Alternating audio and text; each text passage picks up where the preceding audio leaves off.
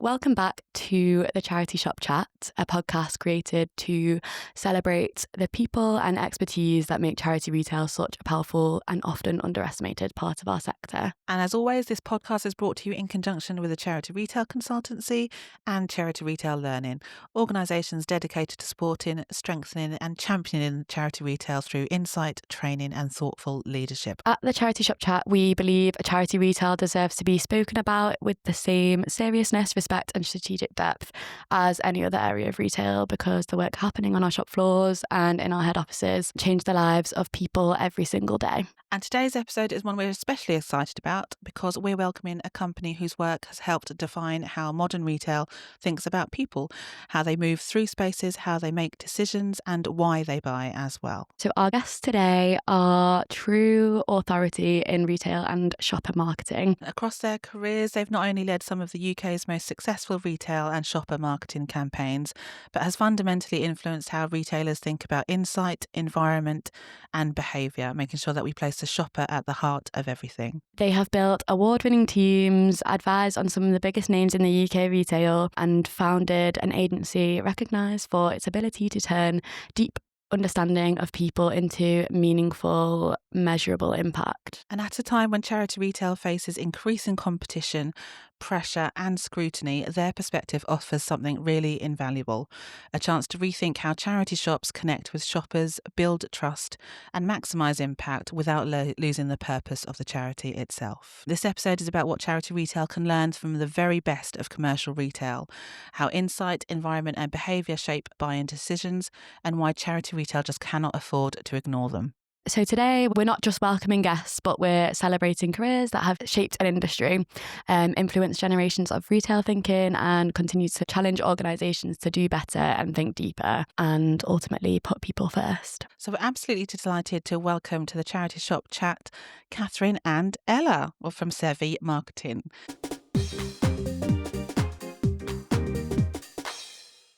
Welcome to the podcast. Hello. Thank you so much for having us. No problem. So let's just start with a bit of an intro then. Can you talk me through kind of your role at the marketing agency and what you do? Well, I'm Catherine and I'm the CEO and the founder of Savvy, and I set Savvy up 20 years ago to help brands, be they retail or brands that sell within retailers, to sell more.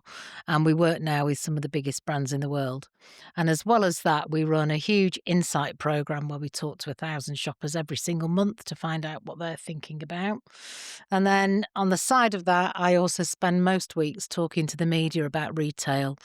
So whether that's talking about what retailers are doing, what their strategies are, what shoppers are thinking. I might do that this week. I've done that for the ITV News, or I might be on Radio 5 talking about something that's happened that's immediate news. So, I'd like to think that we've got a fairly strong grasp of what happens in retail. My background is retail through and through, and I have a real passion for it. And at Savvy, every day, what we try and do is help people to run their businesses that little bit better. Yeah, I'm Ella. I'm an insight and planning executive here at Savvy, and I've been here for 3 years this year, I think. And like Catherine mentioned, I work in our insight program, which is basically we're trying to figure out the why behind all shopper decisions. We're trying to figure out shopper psychology. Why are you interested in that? Why would you pick that over something else? A large part of that is, as Catherine mentioned, our Savvy Shopper panel. We ask 1,000 shoppers every month, their interests, their opinions, where they shop, what they want from their shops, their brands and their retailers. And in conjunction with that, a really big part of my job is looking at industry-wide trends as well. So in relation to charity shops, we've talked a lot about sustainability, a new generational interest in secondhand shopping through Gen Z shoppers, value-driven insights, so shoppers really expecting things from their brands. Being sustainable isn't really a perk, it's an expectation now, I'd say. So together we kind of talk a lot about what motivates a shopper and what brands can do to really connect with their shopper audiences. Fantastic. And yeah, it's really exciting. That question of why is kind of why we're here today and why we record these podcasts, to get more depth from people who are in marketing, but also shop managers, volunteers. It's just really exciting to get kind of that whole understanding of what people are thinking when they walk into a shop. So in that vein then, when you walk into a shop, what are you subconsciously noticing first? Well, I mean, the thing I would say before answering that is shopping is for everybody, isn't it? So, you're talking to us today about it, but everybody's got an opinion on shopping, and so everybody's opinion is valid. And one of the things I know is that everybody wants to talk to me about how they do the shopping, where they do it, why they do it. And it's a passion. We're a nation of shopkeepers in the UK, and it's a real passion, isn't it, in what we do? So if I was really honest with you, when I walk into a shop, I don't always walk in with my savvy head on. I walk in as a shopper, and that's the best way to always look at shops, is to see what you're going to experience. And depending on why you're there, will be a different reason of how you look at it. So the most important thing is your mission. Why are you there in the first place? So the mission might be, I'm on holiday and I'm just going to meander around aimlessly and I might buy something. Or it could be, I've got to cook tea for 3 children in an hour. I've got £15. What am I going to do? But all of us look at shops to either find something that we need, be inspired, but ultimately it's the job of the retailer to sell me something, no matter what I went in there for. And that's really important. So I think there are sort of 2 ways of looking at it. Is one, how do I look at it as a shopper, and then how do we look at it as a business is quite different because we're looking at shopper behaviours. But essentially, Ella, it's the same, isn't it? We're just Yeah. trying to work out what people are there for and what they want to do. Yeah, and I think as well, working behind a lot of the campaigns that you see on shelves. I think what's always interesting to me now is what stops me in my tracks. So if I am going to the shops to grab milk, bread, or I'm in there for less than 10 minutes, is there anything now that surprises me, interests me, and genuinely makes me stop and look? Especially with a younger shopper audience, let's say a Gen Z shopper, brands have less than 3 seconds to capture their attention when they're in store, potentially even less sometimes.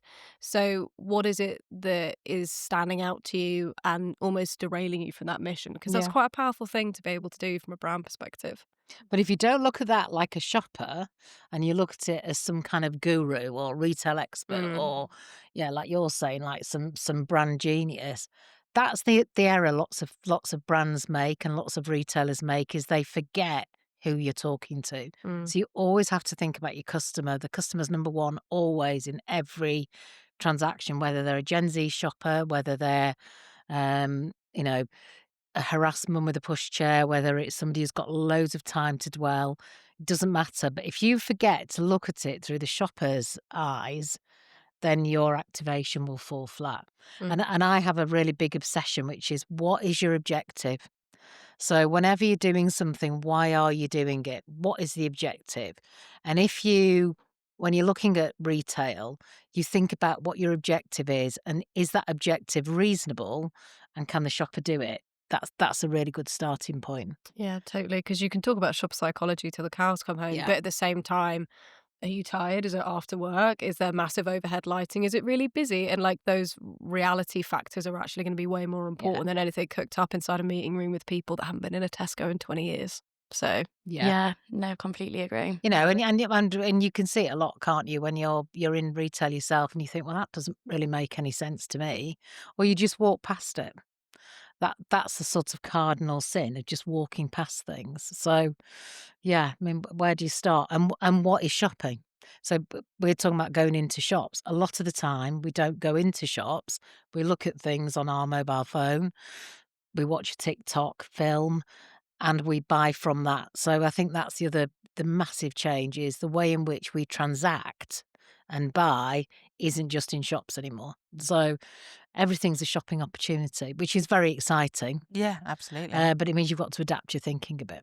And that is the thing, I think, in the not-for-profit sector, we have to be able to pivot and be agile and change how we're doing things. And on that note, kind of with Shopper Insight, in my experience, we haven't used it as much as we could do in charity shops. So in fundraising, they rely on their CRM to really steward donors, and that's a really important part of their journey to be able to maximise income. Whereas with charity shops, because we don't necessarily have a CRM, with our EPOS systems, we literally only use information that we capture from donors signing up to gift aid, and they're not also necessarily customers. They might come in and donate their goods, but they might not actually shop from us. So from your experience and your expertise, how can charity shops use shopper insight, and is there a budget friendly way to do this? I've done focus groups when I used to work for my charity, and I've done kind of exit interviews at the shops. But yeah, what's your opinion on how we can get more insight for charity shops to make some more informed decision making around their marketing and how to sell to their customers? I think first of all, you have to be really careful about the formality of all of this. So, yes, there are times, aren't there, where we do very formal work on how people walk around shops and how people look at products, and we do a lot of work in that space. And let's look at retailers. Let's look at it that way. So Tesco have an enormous amount of insight into the people that shop with them, and most of us shop in a Tesco every single week across the UK, and they have billions of data points that they can analyse and analyse and analyse. And that makes them make certain decisions. Yeah. But then there are other retailers who don't have a loyalty scheme, who don't count who comes in and out of the shops, but they really understand that customer very, very well. So Soster and Green's a good example, isn't it? Really Of a good big example. retailer that has rocketed in the UK because it understands its consumers. It watches what they do and it changes its offer, its range, the way things are laid out to suit them. So don't think always of insight as it's this big thing we have to get. The best retailers in the world started off usually with one shop and they understood customers. So if you just start by talking to your customers, asking them what they want, watching what they do, that's a really, really good start, I think, don't Yeah, you? yeah, I completely agree. And I guess something that complicates that even more with charity shops is where are they? Because when you have kind of the White Rose Centre and City Centre Leeds, you've got student populations, you've got kind of young professionals. But I'm also thinking about the British Heart Foundation down Egham High Street near my parents' house, which is decidedly an Yeah. over 60s kind of market. Yeah, not always the same audience. Yeah, exactly. So then also developing a kind of insight strategy for an entire UK base is actually not useful because you need to kind of focus almost locality of who are your shoppers. Like Catherine said, like what are they interested in? Are there things that you can trial in store to kind of keep track of and see a success rate in that way, as opposed to maybe dialing loads of numbers that won't actually serve you as well as it would a massive Yeah, retailer. and I'd go back to what's your objective of the insight? Why do you want it? So for me, in the charity sector, there are two significant parts for most charity retail shops. So there's the donations that you get, and then there are people that buy the products that you put on shelf. Now, I donate regularly to the charity section, and I am amazed and appalled in equal measure about how all the data that I provide for gift aid actually is never really utilised effectively by the charity. I'm also not asked very much when I go in, and I'm lucky if they accept my donation in the first place. And I think that's one of the biggest issues that the sector has got at the moment about this refusal to accept donations is a huge long-term strategic issue. Yeah. We'll perhaps come back to that because, as you can see, it's a big bugbear. But when I go in, I've bothered to go, I've entered into the shop, I've packed all my goods up, I'm feeling really positive about going and doing something in my own tiny way that is a good thing to do. I haven't sold it on Vinted, haven't put it on Depop, you know what I mean? Aren't I great? I've cleared my house out of all my rubbish and I've taken it to a charity shop, but it's good quality stuff. And then when I get there, they always ask me about gift aid. I fill all of that in. But you've got me. I'm standing there. You could ask me loads of things. You could find out about my postcode. Simple thing is to write down everybody's postcode on a pad. Yeah. And then you can map out where people come from to you. There's loads of easy things you could do. But I think we're really embarrassed about asking for information. And yet, as consumers, we are willing to give information up for free every hour of every day, aren't Yeah, we? hugely. I mean, it's really interesting because when we talk a lot about kind of charity competition, it's often things like Shein, which are obviously highly unethical. I wouldn't, but also, as Catherine says, like we're very willing to give our very personal data away because there's no person in front of us. It's kind of an invisible process. But as Catherine says, if you're you have that kind of dopamine effect. If I'm donating, I'm clearing up my house, the likelihood of you being in a positive mindset to then sit down for another 2 minutes to fill out a small survey of this is what I am donating, this is what I'd like to see more of. Um, and also, I would say another thing about kind of going into charity shops at the moment is price points. It's very interesting going into charity shops at the moment and seeing Shein clothing priced for £8, £9 a pop. And obviously, you have lots of charity shops have to inflate their pricing to keep competitive measures. But even asking in that kind of small survey in that 5 minute window, how much would you expect to pay for some of this stuff? How much money are you planning to spend while you're in here? Or Because accept that the donator may never ever buy anything from a charity shop. yeah, So what you need to know from me may be different to what you need to know from Ella who's buying. yeah. So I think it's that thing about what's your objective for somebody to donate? How do I choose you, charity shop brand A? So how do I choose British Heart Heart Foundation. Foundation over Sue Ryder or here it could be Maggie's or something else. Yeah. So how do I do that? I think that's critically important in terms of the behaviour you want to drive for a donator. Donator of things, we're talking about rather than money. And then the other side of it is the people who come into the shop to buy. What do you want to know about them? And you can gather as much insight as you want, would be my advice to charities, but don't bother if you're not going to use it. Which is going to sound a bit harsh, but what's the point? It's been if you've got loads of data sitting somewhere, you're not going to use it. But it might inform, the postcode collection thing could be you could collect a postcode from everybody when they come to the till, and it might inform your property development strategy about where do we need to put a shop. Because we're getting all these people who are coming in from WF6, and actually that's really strange because we're on the other side of town. We're in WF1. So, again, it's what is your objective? How do you do it? And don't try and be what big retailers are. I think that's one of the problems that charity retail falls into because it's full of brilliant people. But it's different. It offers a different career path, a different offer.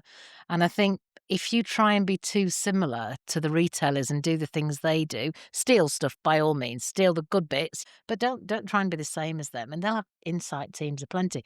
And also, Catherine's right. We have so many meetings where there can be a point of too much insight. Yeah. There's definitely been times where it's like we've spent £2,000 finding out this particular thing on Tuesday afternoons for female shoppers, and I'm like, great. What would you like us to do with that? Yeah. But also, Yeah. I think insight's a really interesting one because while it's very important to study shopper psychology, the basic facts remain the same a lot of the time. Shoppers want convenience, they want affordability, and they want to have enough agency to make their own decisions. That basically stays the same across most shopper groups and across most years, no matter what, the kind of circumstances are.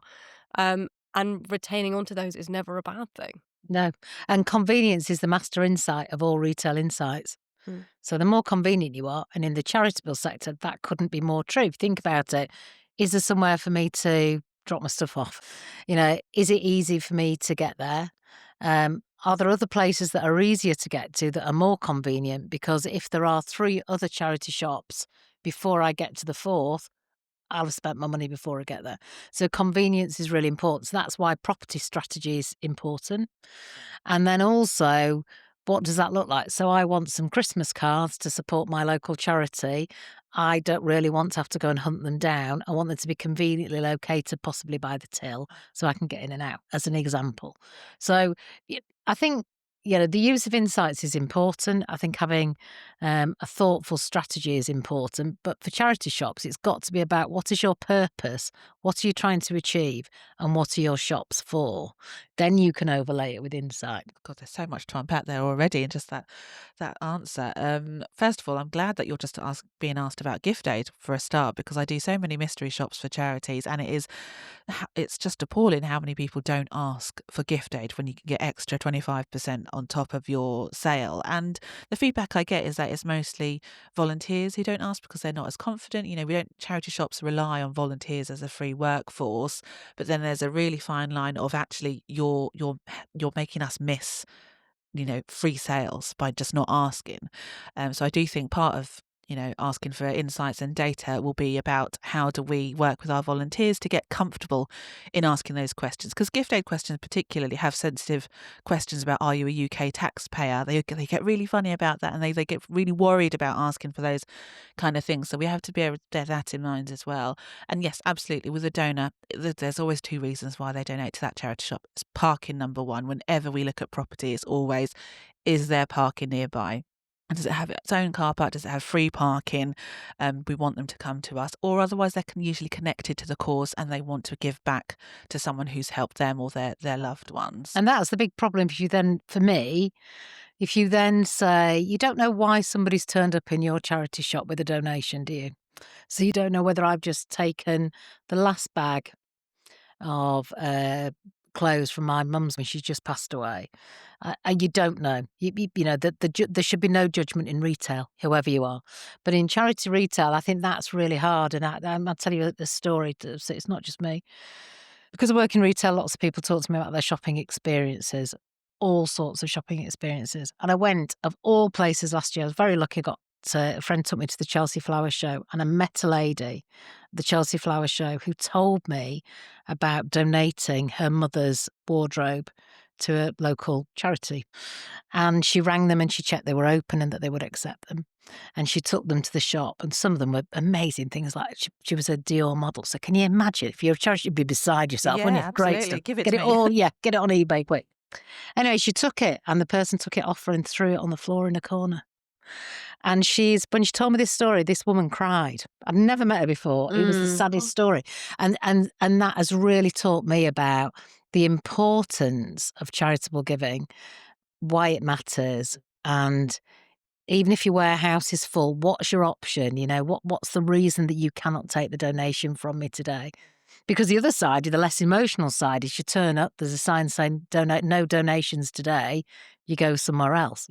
And then, you always pass on a good experience or a bad experience, depends, doesn't it? But if you say, well, don't go there, but go there instead. So I think that's a really interesting challenge, particularly at a time when everybody's flogging the stuff on Vinted. It's a really big challenge Yeah. for charity retailers. That I don't know how many conversations I've had with my area managers or my shop managers about, do we turn away donations? And my automatic answer is, please do not turn away donations. But also, as a head of retail, I've got a duty of care to keep my shop staff and volunteers safe.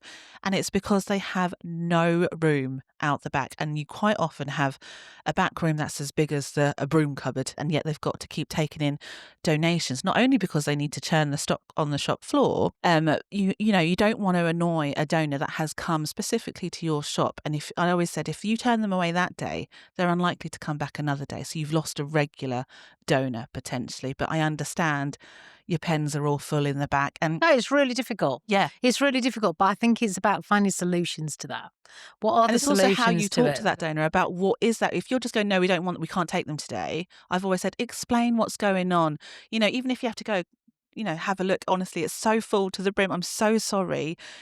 Please do come back another day. We'd be so grateful for your donations. It's how you talk to that donor about why you're turning them. And it's about what your messages on your website. So if I'm looking to see where's my local cancer-related charity shop, because my family member's died of cancer and I want to go there, make it really clear about ring first. Check that, we would love your donations.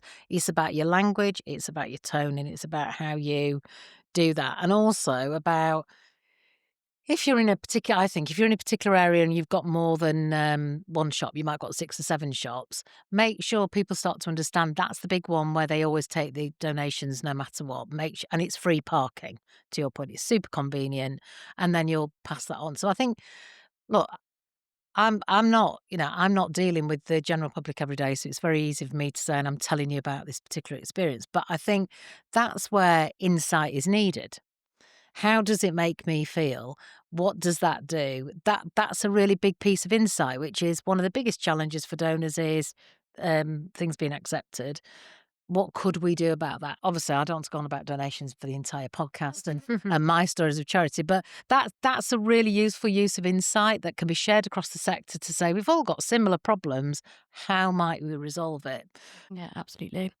And yeah, we like to talk about on this podcast, don't we, about how charity shops that are on the high street are one of the last spaces to be like, that can be a shop, but it can also be a community hub. It can be one of the only spaces where someone might have a conversation that whole week. So it is a very personal and important place. And one of my family members passed away recently as well. My mum had decided this one shop that she wanted to take all of those items to. And that was just from that one connection that she had with a woman that worked there, and she felt a complete like human connection, which is what these spaces have always been. They're about human connection. And yet there is so much to be done in terms of like insight into marketing. But like, I think where charities really differ, and the exciting part about it all, working charity retail, is that like human connection. Yeah, it's interesting, isn't it? That human connection about, the place that charity shops can have, and the you'll get again, when I'm talking about retail, I get positive and negatives about charity shops. But it's interesting. I went to a part of Leeds yesterday, which is a more economically challenged area of Leeds, and I went into, it was a chain coffee shop. And you would have thought, oh, right, okay. And I went in, it was the most welcoming place I've been to in a long time. People were lovely. And in this coffee shop, the staff were fantastic. There was a guy with some disability that was working in there. He was lovely. I was talking to him, being very supportive of him. And in the middle of this coffee shop, there was a rail of clothes. And it was money. They'd raised something ridiculous, like £8,000 for a charity selling baby clothes. And it felt as though this was a community hub. It didn't feel like, and it's one of the biggest, I won't say, well, I should, it was Costa.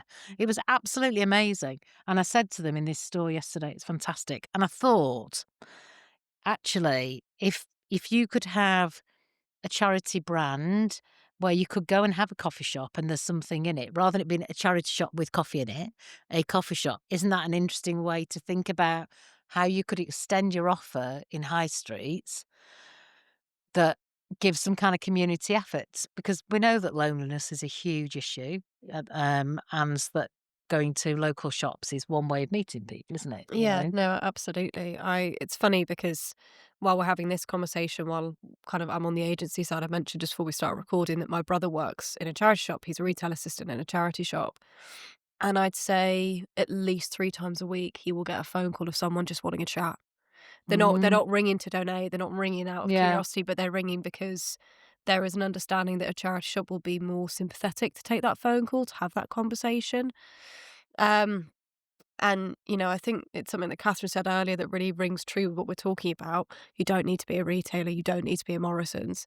The superpower of it is that kind of third place feeling that you get when you walk into a charity shop, being involved in greater purpose. So like with the baby clothes drive in Costa, is there a way of bringing that into your branches? Is there a way of making it feel like you are working towards a specific target that benefits your local community? The kind of dopamine effect that shoppers will get from that is hugely persuasive for donations. But also purpose is really, really important, especially in an age at the moment where there's a real disillusionment with big brands, I think, massively. There's a real interest in indie, Yeah, sustainable yeah. brands. That's your superpower. Your superpower is you are not Morrison's or Tesco. Use it and utilise it to connect with your community. Absolutely. And like, we are in the charity retail sector so lucky that we have that uniqueness that has always been there. We've always been that kind of connection within that high street, as you say, like next to in between the Tesco's and the Morrisons, there's a British Heart Foundation that you go in and actually have a conversation with someone, and you're guaranteed to see or find something that you didn't know existed before.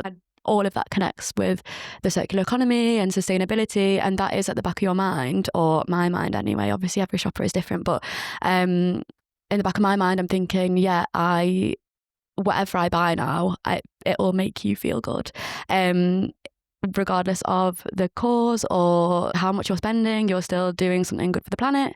You're still helping your local community, or you're helping a national charity. And so, it's so important that we have this here right in front of us. And we need to utilise that as much as possible. Whilst we're becoming more and more disconnected as a society, having that connection that I've worked in various different shops over the past few years, and I get so much joy personally from having these conversations with people and knowing that like people are coming into my space to form a connection with me and have a conversation, and I really enjoy that, and they get a lot out of it. And so we need to utilize that more. You're absolutely right. So talking about mission versus margin then. So one of the debates that I always talk about with charities that I've worked with, or just, peers in the sector, do you talk about your charity's overall mission in your shop? When you consider hospices that make up the large majority of the 11,000 shops in the UK, talking about death and dying doesn't naturally relate sometimes to shopping. And so I know some charities that have lots of branding about what the charity is about. And I know some charities that don't touch it with a barge pole because they're concentrating on the shopper experience. What do you think is the answer? And do you think it's localized to what your charity is, your demographic? Talk me through kind of the pros and cons and your thoughts about that. Well, every retailer wants to have a mission and a purpose. Yeah. And so the thing I think is interesting, if you were a big box retailer or an indie retailer, you'd be saying to us, well, how do I demonstrate what my mission and my purpose is, And they would spend a lot of time and a lot of navel gazing doing that. And then they would make sure they communicated that really extensively to their customer. I mean, you talked about Gen Zs, millennials, and you'll see stuff in clothing shops about sustainability and loads of stuff, won't you? Yeah, and what we're seeing a lot as well with younger shopper groups is a real lack of trust with their retailers. So, it's really, I'm thinking about big fashion retailers that have, this is a recycled cotton line. 6 months later, I see it in the news and it's been found out to be a greenwashing claim by ASA. So I think that idea of trust and also kind of expectation, I think with that shopper group, if your brand is sustainable, as it should be, there aren't going to be any gold stars for you for doing that. You pay your employees a fair wage, as you should be. So I think there's something there for a charity shop with that very keen, very idealistic and very value-driven audience of going, exactly where your money is going and you know exactly who it is going to. And I think that's really invaluable at the moment. So the point is, big retailers, or what we call high street retailers, they'll kill themselves to try and find one. Every single charity retail shop in the country has got an inbuilt mission and purpose. Its purpose is to raise funds for the charity which it is the fascia for. So, of course, it's easier to talk about certain charities and the level of work they do. So if you're the RSPCA, you can have pictures of fluffy cats and kittens and dogs in your shop, can't you? Yeah. But what I would say is, you can spend loads of time advertising and lots of time, ways of trying to get to your customer. But if you've got a physical shop or an online shop, you've got eyeballs. So not talking about what your purpose is, it's a totally lost opportunity. So if I have to ask in a charity shop, could you tell me please what you do? That seems to me to be a bit counterintuitive in terms of the rules of retail, which would be, I'm going to tell you who I am, I'm going to put my best foot forward.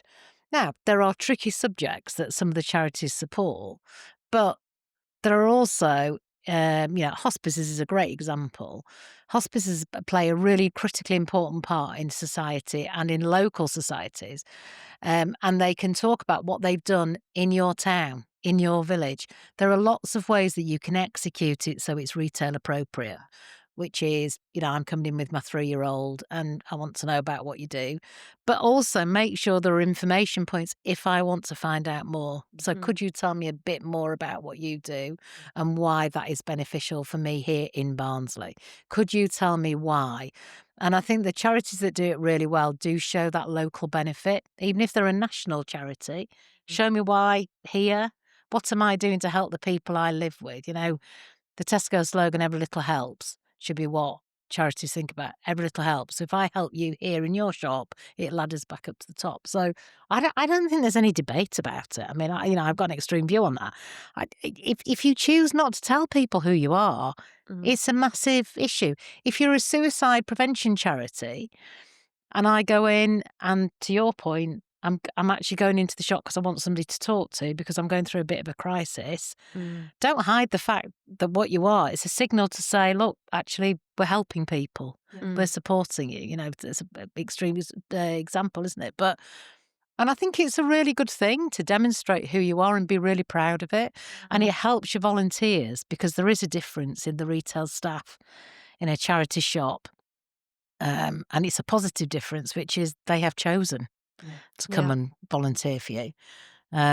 So if they've chosen to do that, give them all the help you possibly can to talk about your charity in the way you choose to. Yeah, absolutely. I couldn't agree more. And I think as well, it's a very co-beneficial relationship between not only from the worker to the shopper, but to the shopper to the worker. And I see a lot of headlines and get a lot of feedback from friends and family that work in charity shops that the way that shoppers would treat a retail associate in a H&M versus British Heart Foundation, very different. So, at the moment, there's been loads of headlines about charity shops are not tips. They are not drop points for. They are not. They are not. They are not They are for treated your. them. Yeah. And it's funny speaking of my brother. He'll have people with bags of stuff who'll walk straight past him at the till and just shove it at the back, knowing it's broken, know it's dirty, know it's unsellable. And so I think that idea of pride and purpose can go both ways, because I think for a lot of shoppers that walk into a charity shop and see it as serving them, you almost need to remind them about what bigger purpose they're being part of. Is there a way of having them respect their donations more and respect those workers more? Yes. Yeah. I think there's a real kind of disconnect between who's behind the till and who's in front of it. And that kind of idea, I think, improves relationships both ways. That's a super good point because, the challenge around retail workers and the way that they're being treated, violence towards retail workers, unfortunately, will happen in charity shops too. And so I think, again, reminding people of the purpose and why you're there is a really good thing. Ella is completely, entrenched in what younger shoppers think. There's a lot of research in this area. And that need for purpose and need for connection is critical. So if you don't give it, you're losing an opportunity. But I also think it does sort of say, this is how we need you to behave. We are not the same. We are not a multi-billion shop making masses of money and profits. We're here to help you and your community. Yeah, massively. Yeah, so a really good point. I mean, I completely agree. I've always said we will always talk about what our mission is in our charity shops. So when I worked for a hospice, we used to have posters saying, thank you, Bishop Stortford, your purchases in this shop has contributed to, 2,000 nursing hours this year to support patients and their loved ones. And I've always been a massive advocate of that, not just for the customers, but the staff and volunteers as well. So they know all of their hard work has contributed to that, and it gives them that meaning, doesn't it? Yeah. And also, don't you think, though, Michelle, as well, that's an opportunity if you want to get a message out and you want to campaign. So very interesting at the minute, isn't it, as we're in the middle of the assisted dying debate, which I think the hospice movement have got a really big part to play in and a big voice. So, get your point of view across at the right time. Your shops are another channel. If you look at shops as a channel of communication, it's quite interesting. And the shops are the most public-facing arm of a charity. They're the ones that are going to be interacting with the public more often. So actually, if you want ambassadors or people to signpost the services that your charity provides, that's what's going to be able to happen in your shop. It's almost free advertising, isn't it? Okay, so going back to the point, it kind of relates back to the point of turning away donations, but also charity shops being treated as dumps, because the fact is you get overloaded with donations, and then actually a lot of charities, only 30% of the stock that they get donated is actually sellable, and we've got to pay money to get rid of that. So, as a small charity, we used to pay £35,000 to £40,000 in just waste removal, whilst also having to turn away donations that are potentially really good, but because they can't store it safely in the back room. So as a marketing team, and bearing in mind, charities have very limited marketing teams, how do we talk to our donors about being thoughtful in what they donate, and the fact that it costs us money? Because there was some reservations from leadership teams of, we don't really want to put that financial amount out there. It's about campaigning, and that's about the whole sector being together, and the charity retail sector talking about that and doing campaigns about it at the right time of year. So January is the right time of year to do it. So, I've told you I do a lot of media stuff. I'd be having people like me talking about it. I'd be getting the sector to be saying, this week, more Christmas presents will be returned. Every year I get asked to do a story about return Christmas present. This week, more Christmas presents will be returned. As a sector, that's worth however many £1 million. But do you know that it costs as a sector this many £1 million to get rid of the rubbish and the storage? You do it. And you do it as campaigns. And you have to keep doing that time and time again. At maybe 4 points in the year. And I think that's the only way you can do it. I think if you do it as an individual charity, especially if you're a smaller charity, yes, the trustees will be concerned about that. I get it. So you have to sort of ladder up your costs and say, as a total sector, this is what it's doing. And think about who might be the voices, who are the influencers you can use for that. How do you use TikTok to do that, as an example? TikTok's got huge reach, hasn't it?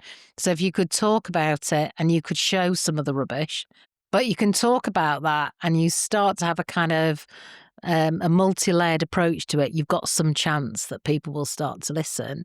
And also, I think, I don't know what you think, for younger shoppers, they want good stuff to turn up in charity shops. So if you could start to influence them, that would be really powerful. Yeah, I completely agree. I think there's a real keenness, like we've talked about, to make kind of good value-driven purchases, but also thrifting is a cool thing to do, especially in the last kind of 8 years or so. I think what we're talking about is a very circular relationship between volunteers, shoppers and donatees. All can be different, but actually everyone impacts each other. I think influence is a really great shout. It's a really great shout. I've seen so many TikTok videos over the Christmas period of going, this is how I donate to this website, or this is how I package my goods for this. So things like World of Books, Vinted, Depop. Is there an ability to do that for your local charity shop? This is what we need, or this is how we'd like it to be, kind of packaged and delivered to us. So we did a massive kind of pre-Christmas clear out in our tiny 1-bed flat, me and my fiance, and rang a local charity shop saying, hi, this is what I've got. And this very, very forthright woman, which I completely appreciated on the phone, went, I don't want that, and that's exactly what I want. And if you're going to bring it in labelled bags, I am already willing to donate it. I am fine to be given direction. And if anything, it's helpful. It is genuinely helpful. Having those kind of TikTok videos instructing you kind of what is the best almost code of conduct, I don't think is a bad thing. Not at all. And we even at the beginning of this conversation, we were talking about volunteers feeling empowered enough to give those directives. Give the directives. You've already got people willing to work with you. They'd be fine to do one or two more and steps. you could do it locally, couldn't you? Yeah. You could say, if you were a local charity shop, you could say, we are this month, you could do it by month. Yeah. In May, we're looking for teddy bears. That's what we're looking for, because we're going to do a massive teddy bear raffle. Yeah. In August, we're looking for kitchen stuff. And so without saying we don't want other things, what you're just doing is you're raising it, and it then gives you an opportunity to have a conversation about, we have some brilliant donators. You always focus on the good. This is what a good donation looks like. Yeah, massively. And then also from a social media perspective, really highlighting some of the key things you've got donated. The feeling of finding something good in a charity shop, unparalleled.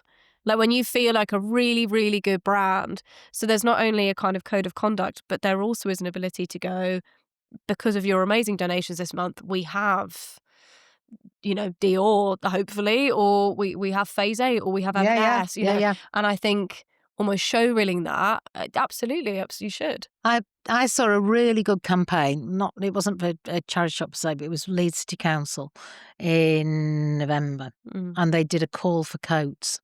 So they said, what coats have you got? Because it's cold, and there are people who are living outside, and and children who haven't got coats to go to school.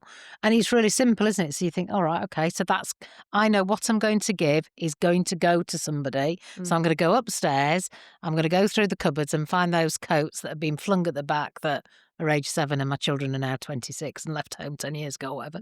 I'm going to get those out, I'm going to bag them up, and there were really easy instructions about where to leave them. Now, that is a simple call to action that gets you what you want. So I think you kind of, so there's, what do you do at the top as a whole charity retail sector, then what do you do locally? There are some really interesting learnings, and social media will help with that. A lot of charities have fantastic local people who are involved with them, who actually do have a circle of influence. So there might not be, somebody like, I'm trying to think of a great influencer. What's the washing powder woman called? Washing powder. Mrs. Hinch. Mrs. Hinch. Mrs. Yeah, Hinch. there you go. It might not be Mrs. Hinch, but you might have somebody who actually has 10,000 followers on Instagram that will have a huge impact in a local area. So I think that's the other thing charities need to think about, is about who helps us and who may not be in the charity retail aspect, but it may be back in the charity. Like, oh yeah, well, we could use them to do that. That'd be really helpful. Yeah, I think as well, speaking from like a localized perspective, it's exactly what Catherine said, is who are your local influencers? So where I live, there's 3 or 4 student accommodation blocks. Every year without fail, July, the bins Yeah. are full of perfectly good plates, perfectly good cutlery. Duvets haven't gone anywhere.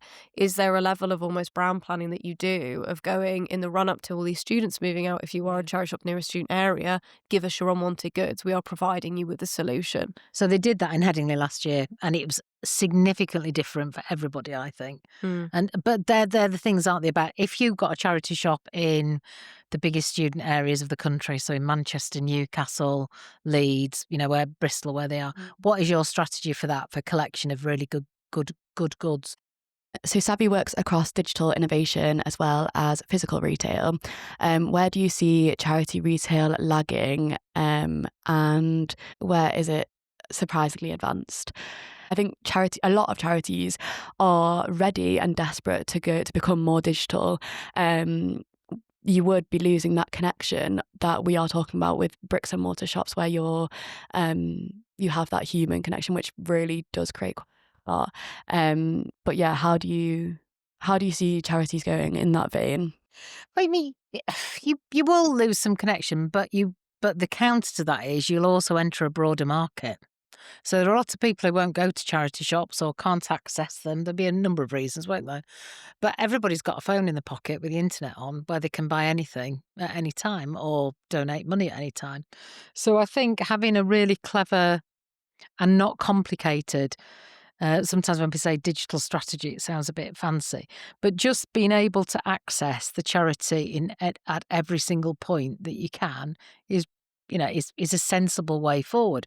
So I don't think you need to spend loads of money building complex apps and websites, but I do think you need to think about how to use QR codes, for example, as a quick and easy way of donating. One of the best things I've ever seen is in a hospice. As you leave, there's a QR code and it says £37.50 today, pays for so many nursing hours or a bed or whatever. And if you've got a relative staying, and you can afford it, you just swipe your phone and off you go and you've paid for the day.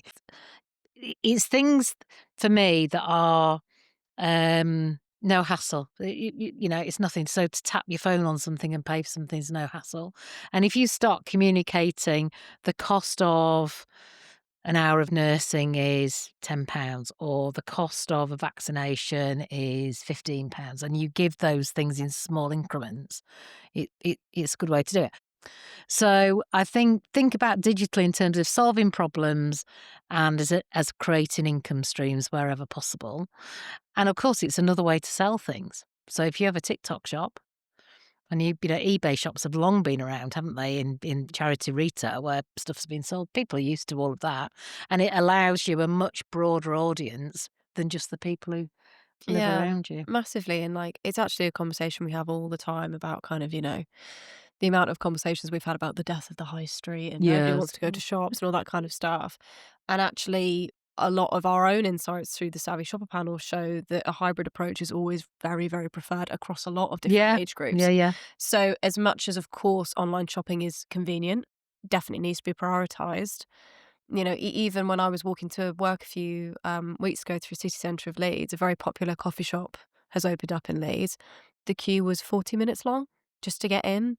So understanding that in-store isn't necessarily dying, but there's definitely an increased appetite for experiential stuff. Having your kind of dedicated baby clothes fundraisers, having your dedicated student bargain bin day, having your dedicated everything on this particular rail is £5 and under for this particular week is also as important as matching that energy online. It's not necessarily saying in-store is a kind of pointless endeavor. It's not, but it's about highlighting the experiences you get in-store through your online channels. Yeah. And I think you're absolutely right. And it's about creating events and using digital as a way to expand the audience for your events. So let's say you get lots of different donations in your charity shop, but there are vintage items. Why not save them and then twice a year have a vintage sale? But the digital communication of that, because you can buy groups of people who are interested, suddenly makes that much of a bigger thing. It's thinking about, how do you use digital as a way to expand your audience and make it easy for people to give you money? That would be it for me for a digital strategy for charity retail.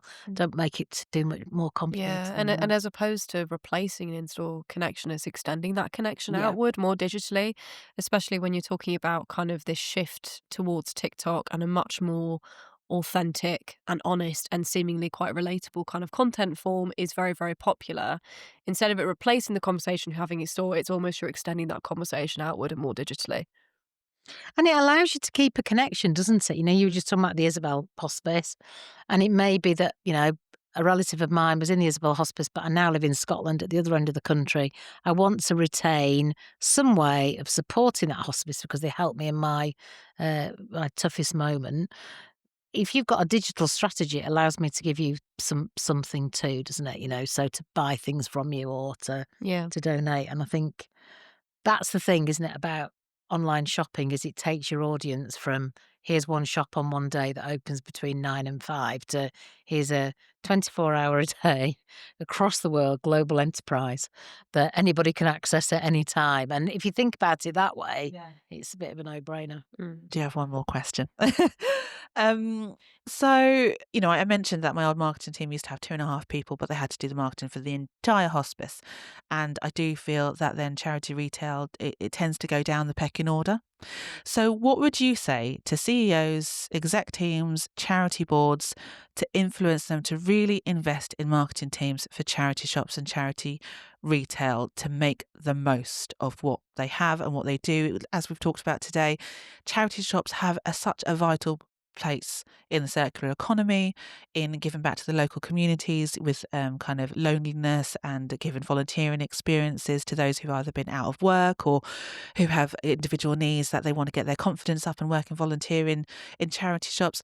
What would you say to influence those decision makers to open up their purses and invest in a marketing team that's going to really deliver and make a difference to the charity retail sector?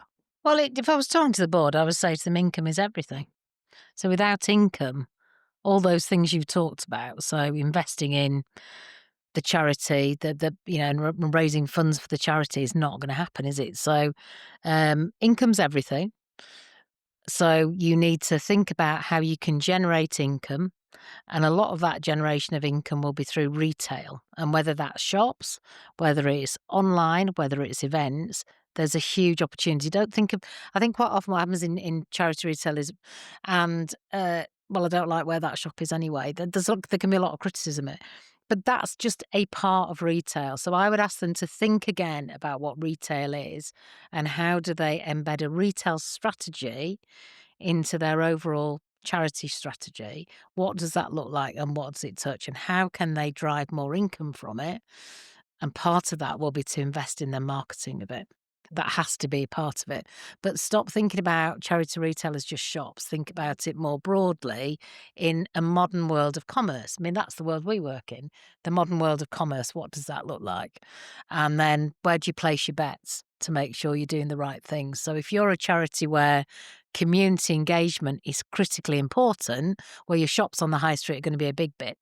If you're a charity where actually that's not so important, but outreach to a very specific group of interested parties is important, well, then you might say, we're going to invest more in TikTok.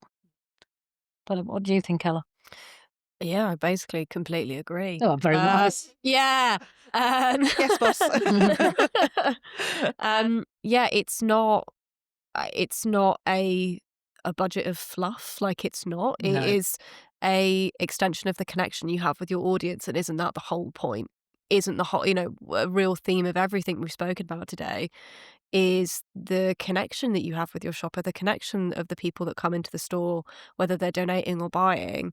Your marketing budget allows that connection to deepen, for you to understand that more, and to have that kind of circular relationship between all three parties to be really, really strong. And everything that Catherine said, basically. And don't you thank you, very, very kind. And also, retail is a platform for growth in everything you do, isn't it? Because retail is all accessible. So whether it's that I buy my Christmas cards, that's it. That could be all I do with the charity, or whether I use charity shops because that is the only way I can clothe myself and my family, or whether it's because I believe in the circular economy, or whether I'm going to fancy dress party, whatever there is, there are so many different reasons people use charity shops. Charity retail is the access point to that charity in a lot of cases, the everyday access point. And of course, we've all got stories of where charities have supported us in our darkest hours and our difficult times, or a challenging moment. But actually, you need the everyday to keep you going, don't you? So it's the everyday reason, which is, that I always support them. They're on my high street. So think about retail as an access point is what I'd say. Yeah. That familiarity as well that you're talking about. I would just keep talking. If it was me, I'd be saying, for goodness sake, what's the matter with you? Put all your money into retail. Yeah. That's been an absolutely fantastic conversation and really interesting to get both of your perspectives. So thank you so much. Before we finish, we always like to end with the same question. To everyone we speak to. We like to use our platform to obviously discuss these topics, but we also like to use it as a space where we can encourage each other within the industry, where we can talk about charity retail's unsung heroes, and shops that we believe do amazing things and go the extra mile. So in that vein, if you have any particular person, shop, or charity as a whole that you think deserves to be celebrated and shouted about on the podcast, who do you think that would be? Well, I've got a few, but my charity shop merchandising of the year award prize, if I was giving out prizes, would go to the East Anglia Children's Hospital shop in Woodbridge in Suffolk, which has the most fantastic colour coordinated displays I've ever seen. It's really good. Very well managed, very well run, very welcoming. And I think the East Anglia Children's Hospice retail offer is really strong. I like the way they communicate with me. They let me know what's been sold, what my gift aid is back, obviously, which I think is great. So it reminds me to go back again. So I would certainly call the Woodbridge branch out because I thought that was very impressive. In fact, took photographs. I was so impressed by it. So that they would be one. Yeah, obviously your brother's shop. Yeah. Obviously, if anybody wants to go to the hospice on Egham High Street and go see Theo, he's amazing. He'll give you amazing recommendations.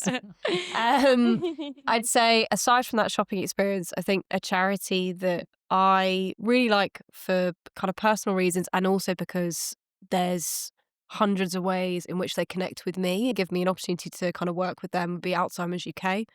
I've had two grandmothers who've had dementia and Alzheimer's. It's a real thing that runs through my family. And while we don't have shops near us, what we do have is the local memory walk that happens twice a year that we always do as a family, that my mum and my brother do pretty religiously. Their social media is incredibly reoccurring, and the ability to donate to them is so easy. So even though there's not a shop near me, but because it's a cause that's close to me, there are ways that I can support and connect with them because they offer so many opportunities to do that. And I think that makes them a really good charity. And I think a lot of it is to do with your experience, isn't it? Particularly when it comes to retail, you always talk about your good experiences, not your bad experiences. And the other shop I really like is the Cancer Research shop in Leeds, in Kirkstall, which always accepts your donations, has a whole donations hub inside, and has the nicest people when you drop your stuff off. They're really, really lovely, and it's free parking outside. It's everything we talked about. I am the cliche, free parking. I really like them. And then, to be honest, I like going to charity shops because I like to meet the people who are there in them, and I think it's an amazing sector. And you'd want to give an award to everybody who volunteers in shops, wouldn't you? And what I quite like about them is, Oxfam bookshops are fab, aren't they? Again, I went to one in Woodbridge the day that I went to the Children's Hospice shop. totally felt different to one that might be in Edinburgh or somewhere else. Yeah, the Oxfam Headingley bookshop is Outstanding. It's exceptionally well stocked, and also has the most interesting cashiers you'll ever speak to. You'll be stood at the till for 10 minutes talking about the book, and they've forgotten to actually scan the price because you're too locked in chat. Yeah, I agree. Yeah. So I'd kind of, there are too many to mention, but we've given you a few specific ones. But I'd just say keep going. It's hard working in retail. Doesn't matter whether you're in charity shop, whether you're working in Harrods. It's hard work, and it's hard work being with the public. And I wish everybody and hope that everybody trades really well in 2026. Yeah. Absolutely. And if anyone needs any help and you want us to come in and speak to your board and your CEOs and really bang that drum about how charity retail is worth investing in, and particularly your marketing departments, then please do give us a shout at the Charity Retail Consultancy. So thank you very much, Catherine and Ella, for chatting to us today. Really, really insightful. And hopefully our listeners have come away with some new ideas on how they can approach marketing and insights for their shops and their e-commerce space as well. So remember, charity retail is full of stories and we love sharing them with you. So please make sure to tune in next week. Thank you very much. Thank you. Bye.